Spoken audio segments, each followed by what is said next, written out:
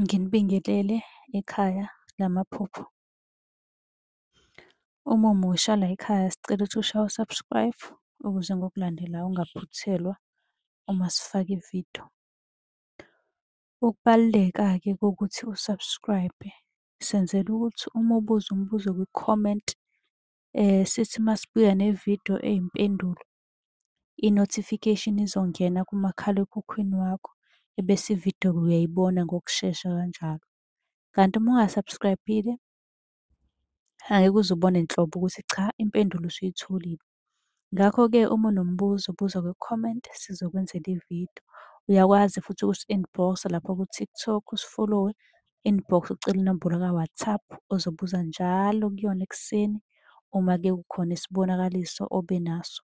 Nokubaluleka nje kokuthi-ke uwazi ukuthi ngabe lokho osuke ukuphuphile kubika ukuthini.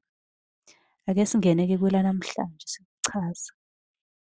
Obhalile lapha kuma-comment uthi mina nginokuphupha igolide, amagolide. So kahle kahle ubuza ngegolide ukuthi igolide uma uliphupha libika ukuthini. Ngaphambi kokuba ngichaze, ngiyathemba ukuthi sonke si-subscribe-ile sa-follow-wa ku-TikTok. Uyakwazi ungi-inbox ucele inamba ka-WhatsApp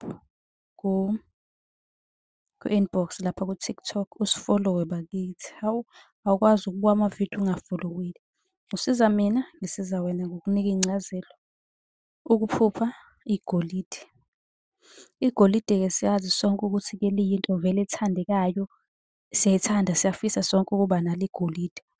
So lelo phupho lisuke libika inhlahla, okusho ukuthi kukhona okuhle okuzayo, khona iy'nhlahla ezizayo okuzomele nje uzilindele maduzane.